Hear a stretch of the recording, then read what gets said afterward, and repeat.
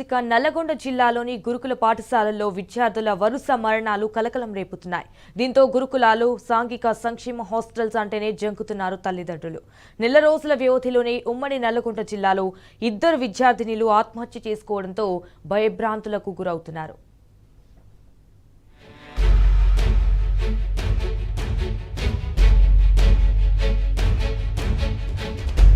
ఉమ్మడి నల్లగొండ జిల్లాలో గురుకుల హాస్టళ్లలో వరుసగా జరుగుతున్న విద్యార్థుల మరణాలతో బెంబేలెత్తిపోతున్నారు విద్యార్థుల తల్లిదండ్రులు. ఎప్పుడు ఏం జరుగుతుందో అనే భయాందోళనలో బిక్కుబిక్కుమంటూ బతుకుతున్నారు గురుకుల విద్యార్థులు.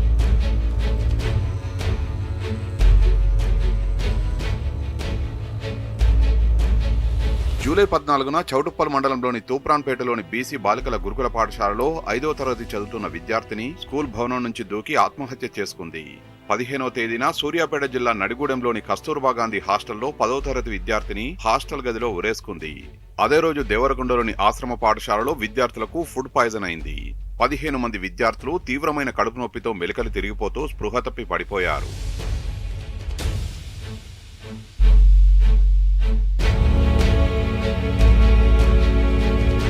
మునుగోడులోని మరో గురుకులంలో కూడా ఫుడ్ పాయిజన్ అయింది. చాలా మంది విద్యార్థులు అస్వస్థతకు గురయ్యారు. కిందటి అకాడమిక్ ఇయర్ లో ఉమ్మడి నల్లగొండ జిల్లాలో మొత్తం 12 మంది విద్యార్థులైతే అకాల మరణం చెందారు. వారి జీవితాలు అర్ధాంతరంగా ఆగిపోయాయి. ఈ అకాడమిక్ ఇయర్ లో ఇప్పటికే 2 గురుకుల అమ్మాయిలు చనిపోయారు. దీంతో గురుకులాలు అంటేనే తల్లిదండ్రులు భయపడుతున్నారు.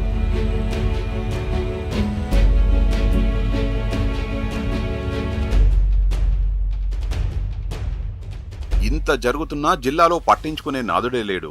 అసలు విద్యాశాఖకు మంత్రి లేడు. రివ్యూ చేసేవారే లేరు. హాస్టళ్ల దుస్థితిపై కన్నెత్తి చూసేవారే లేరు. దీంతో విద్యార్థుల అకాల మరణాలు ప్రతి ఒక్కరిని కలవరానికి గురిచేస్తున్నాయి. చదువు కోసం సర్కారు బడికి వచ్చిన పేదింటి బిడ్డలను బలిపీఠం ఎక్కిస్తోంది ప్రభుత్వం. తల్లిదండ్రులకు తీరని శోకాన్ని మిగిలిస్తోంది. ఇలాంటి పరిస్థితుల్లో తాము గురుకులాలకు వెళ్లమంటూ విద్యార్థులు కూడా తెగేసి చెబుతున్నారు. గురుకులాల్లో విద్యార్థులకు ఏం జరిగినా పట్టించుకోవడమే మానేసింది రేవంత్ సర్కార్.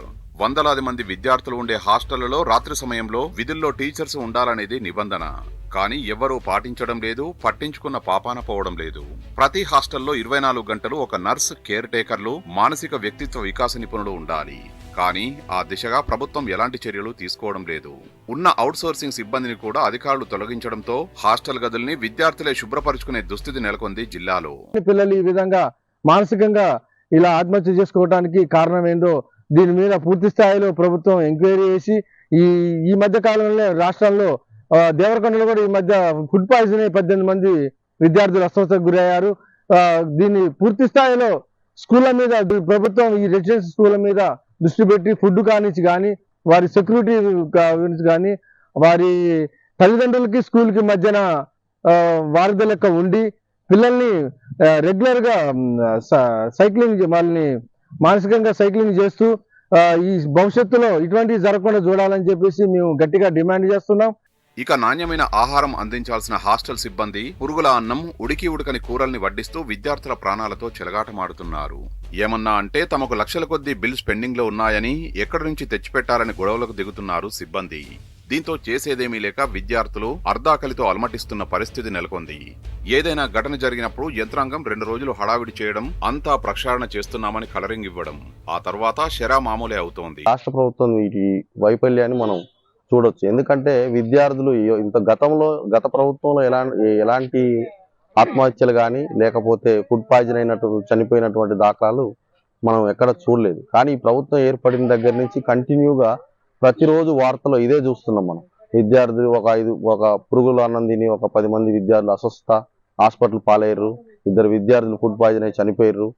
ఒక విద్యార్థి ఆత్మహత్య చేసుకుంది. ఈ కంటిన్యూగా ఇలాంటి ఆత్మహత్యలు జరగకుండా పిల్లగాల తల్లిదండ్రులని కావచ్చు, లేకపోతే అధికారులు కావచ్చు, స్కూల్లో ఉంచిన టీచర్ల పట్ల ప్రత్యేకమైన దృష్టి సారించాలి. దృష్టి సారించినప్పుడే ఇలాంటి ఆత్మహత్యలు జరగకుండా ఉంటాయి. మరి ఇప్పటికైనా ప్రభుత్వం విద్యార్థుల బంగారు భవిష్యత్తును నాశనం చేయకుండా ప్రతి హాస్టల్లో వైద్య సిబ్బందిని నియమించాలి, పౌష్టికాహారం అందించాలి. రాత్రి సమయంలో టీచర్స్ కూడా విద్యార్థులతో పాటే ఉండేలా కఠిన చర్యలు తీసుకోవాలి. అప్పుడే కానీ విద్యార్థుల మరణాలు ఆగవని అంటున్నారు తల్లిదండ్రులు. ప్రైవేట్లో చదివించే స్తోమత లేకనే తాము ప్రభుత్వ పాఠశాలలకు పంపిస్తున్నామని, అయితే తమ పిల్లలకు దిక్కుమొక్కు లేకుండా ప్రభుత్వం నిర్లక్ష్యంగా వదిలేస్తున్నారని ఆగ్రహం వ్యక్తం చేస్తున్నారు.